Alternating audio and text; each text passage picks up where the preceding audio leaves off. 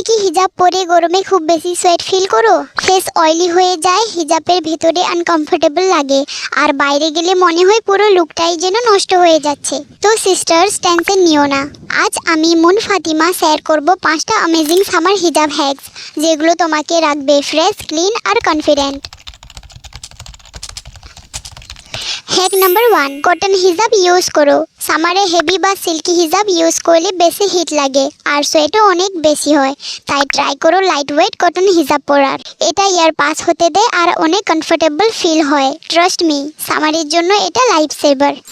Hack number 2, ice water face dip. বাইরে যাওয়ার আগে 1 মিনিট আইস ওয়াটার দিয়ে ফেস ওয়াশ করো, এতে ফেস ফ্রেশ লাগে আর সোয়েটিং অনেক কম হয়। বোনাস, মেকআপ বা সানস্ক্রিমও লঙ্গার টাইম স্টে করে। Hack number 3, mini tissue and perfume carry করো।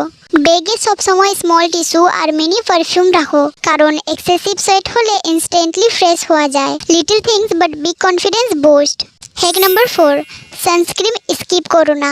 অনেকে ভাবে হিজাব পরলে সানস্ক্রিন লাগবে না, but that's wrong. Sunlight face damage করতে পারে আর স্কিন ডাল হয়ে যায়, তাই বাইরে যাওয়ার 15 মিনিট আগে সানস্ক্রিন অ্যাপ্লাই করো।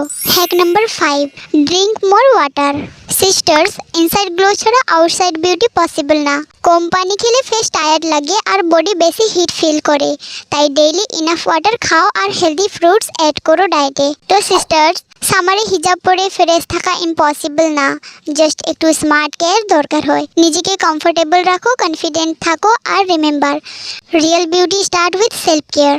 তো বন্ধুরা, ভিডিওটা হেল্পফুল হলে লাইক করো, কমেন্টে তোমার ফেভারিট হ্যাকসটা বলো, আর এমন ইউজফুল গার্লস টিপসের জন্য চ্যানেলটা সাবস্ক্রাইব করতে ভুলো না।